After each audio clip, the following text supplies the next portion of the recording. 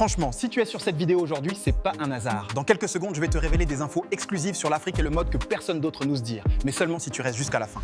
Dans cette vidéo, nous revenons sur une annonce qui fait déjà beaucoup parler.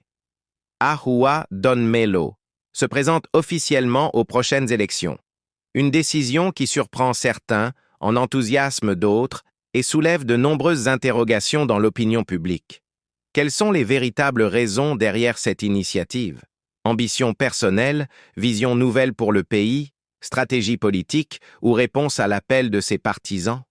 Ensemble, nous allons analyser les motivations possibles et comprendre ce que cette candidature pourrait signifier pour l'avenir du paysage politique.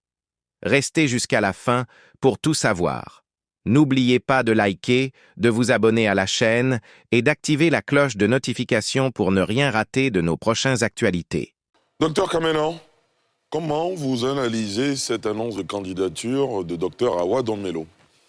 Oui, M. Diarra-Souba, la première chose que je note, c'est un fait qui traverse tous les partis politiques traditionnels, c'est-à-dire cette crise de leadership qui traverse. Avec la candidature de notre président, on a souligné cette crise. C'est cela, dans l'édition spéciale de mardi? C'est ça. Et on remarque aussi qu'au niveau du PPACI, on a ce poids du leader qui empêche l'émergence d'un certain nombre de cadres. Ahua Don Melo. Ce que vous appelez le poids du leader qui empêche un certain nombre de cadres d'éclore, ça peut être aussi appelé la discipline dans les partis politiques.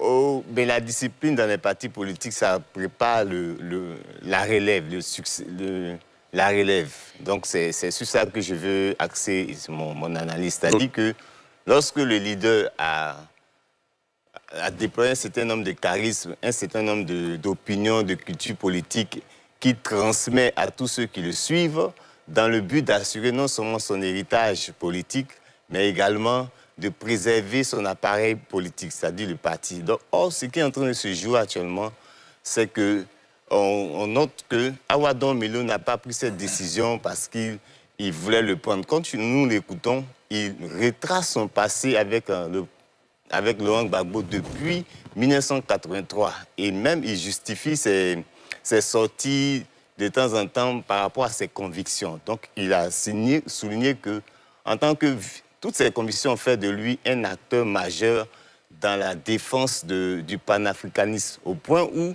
il est reconnu internationalement comme celui-là même qui représente ce courant de pensée dans la sous-région.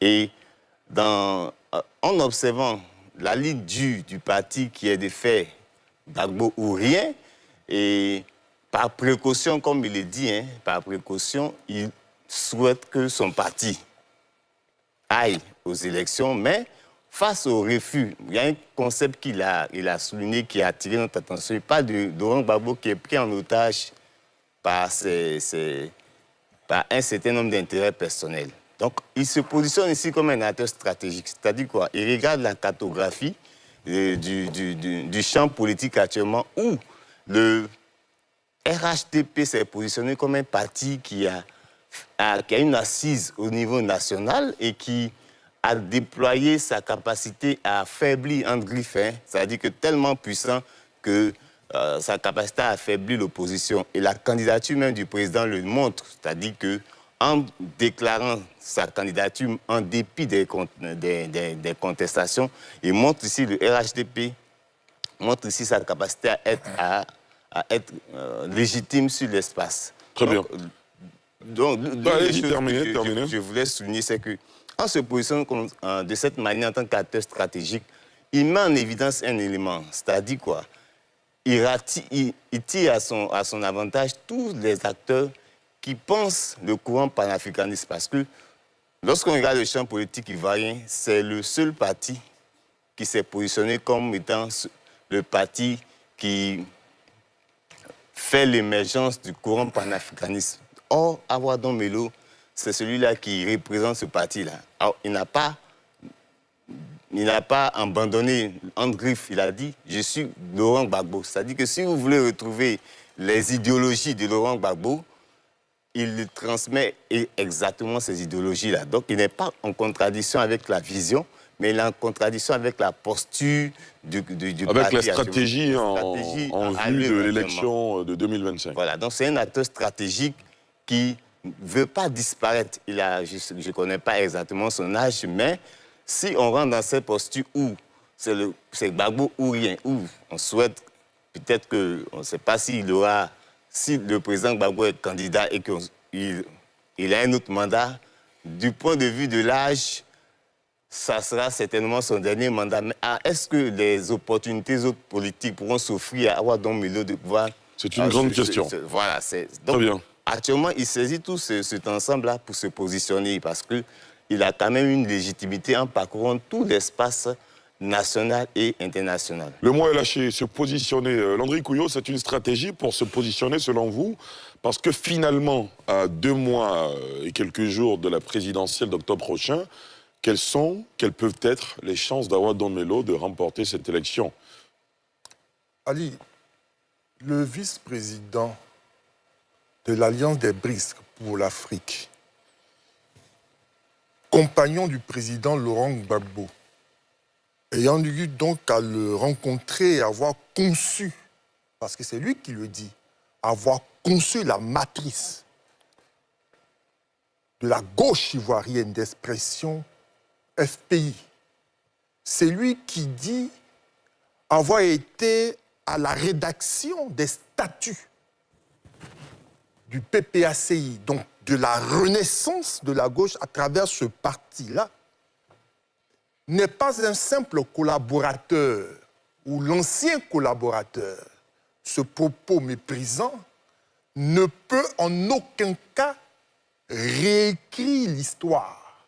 Il y a donc bien un homme d'une formation politique pointue et avisée qui a aidé, qui a contribué et qui est copropriétaire, si l'on pourrait s'exprimer ainsi, de ce qui a été et ce qui est la gauche en Côte d'Ivoire. Il le revendique.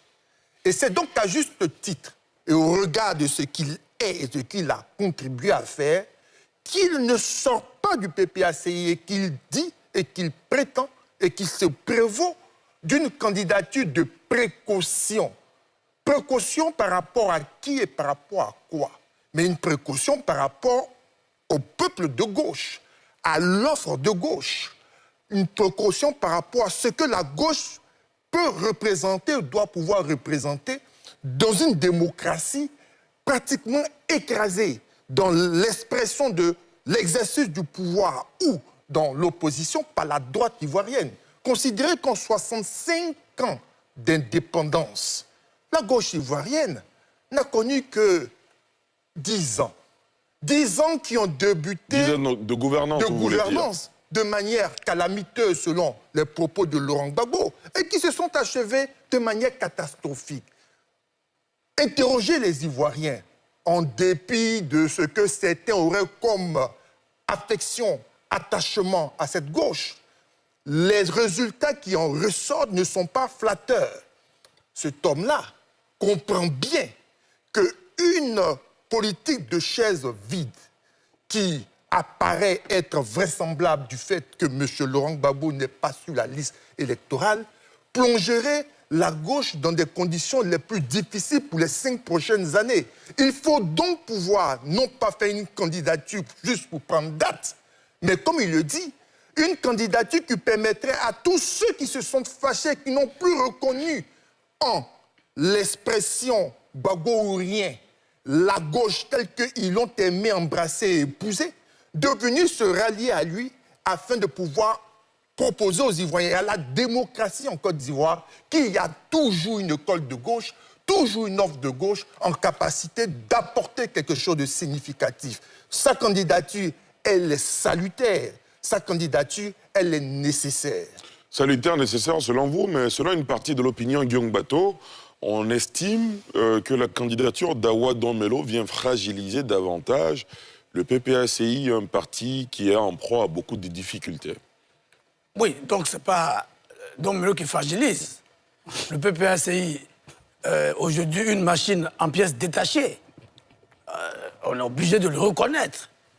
Donc ce n'est pas Don Melo. Mais Don Melo essaie, tant bien que mal de sauver le PPACI du naufrage évident qui se profile à l'horizon avec la stratégie foireuse du Gbagbo-Rien. Je crois que ce jeudi 31 juillet, je crois que c'est ce jour qu'il a fait cette déclaration, doit être un des plus mauvais jours du couple Nadi Gbagbo qui a inventé cette théorie de Gbagbo-Rien pour neutraliser, pour caporaliser toutes les énergies au PPACI. Donc, Dombello, ce n'est pas lui qui fragilise. Le PPACI est déjà fragilisé. D'abord par sa stratégie, comme je dis, foireuse, du Gbagbo-Rien. Mais M. Dombello dit exactement ce que nous disions en 2014. Quand il dit aujourd'hui que le président Gbagbo est pris en otage, mais le président Afi l'a dit dès le début de la crise au Front populaire ivoirien, en 2014. Et le président Afi avait déjà indexé Mme Nadi Bamba, qui était la petite femme à l'époque, et qui est devenue maintenant l'épouse. Donc, ce n'est pas Dombello qui fragilise. Parce que. Alors, on va éviter de personnaliser le débat en évitant de citer. Non, c'est la déclaration que le président avait faite. Il avait dit des noms. Je ne fais que répéter. Très bien, très bien. Pour en revenir à cette candidature, moi, d'abord, je veux dire à Landry que Dombello ne reprend pas juste toute la gauche, qui aujourd'hui, en Côte d'Ivoire, est plurielle. Est-ce qu'il peut incarner le ciment de la gauche parce qu'il a dit qu'il va essayer de se rapprocher de certains d'autres de ses camarades. Il nous fait penser à Simone Yves Gbagbo, à Charles Blé Goudé et à bien d'autres, à Mamadou Koulibaly par exemple. Ça me paraît difficile.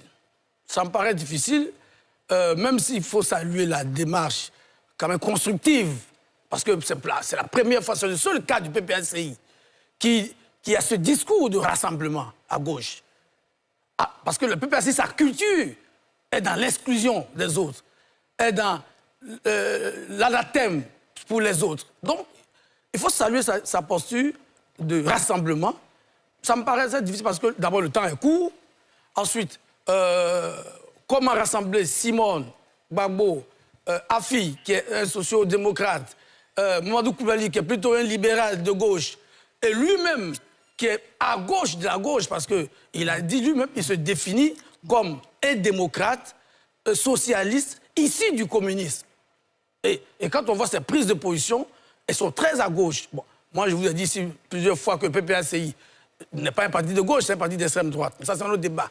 Donc, ça me paraît difficile, mais je dis qu'il faut saluer la posture du professeur Dombello qui donne de l'espoir, crée cette passerelle pour pouvoir demain espérer qu'il va y avoir une vraie gauche constructive. Et moi, j'étais frappé j'étais à la conférence de presse. Ce qui m'a intéressé et que je salue, c'est surtout la référence à la démocratie. Parce que malheureusement, beaucoup de gens de gauche, aujourd'hui, en Côte d'Ivoire, qui ont proclamé la démocratie, sont devenus de vrais autocrates. Et après, M. Dombello a justement parlé de dérives autoritaires, dérives autocratiques. C'est ce que nous disions en 2014. Donc, c'est une bonne chose. Aujourd'hui, M. Dombello va rassembler, en tout cas au PPACI et en dehors, tous ceux qui croient en la démocratie, qui croient en ce que la confrontation n'est pas une fatalité. Voilà. Très bien. La confrontation n'est pas une fatalité et je pense que ce n'est pas lui qui crée les problèmes. Au contraire, il essaie de sauver un appareil qui est en déliquescence avancée. Très bien. En somme, la candidature d'Aroua Dombello à l'élection présidentielle ivoirienne ouvre un nouveau chapitre dans le paysage politique du pays. Son engagement soulève des attentes, des interrogations et des espoirs chez de nombreux citoyens en quête de changement et de nouvelles perspectives. À travers son parcours, ses convictions et ses propositions, il souhaite apporter une vision différente de l'avenir de la Côte d'Ivoire. Mais au-delà de cette annonce, une question essentielle demeure. Cette candidature représente-t-elle réellement l'alternative que beaucoup attendent pour transformer durablement le pays? Merci infiniment d'avoir regardé cette vidéo jusqu'au bout, ça me touche vraiment. Si le contenu vous a plu, n'hésitez pas à liker,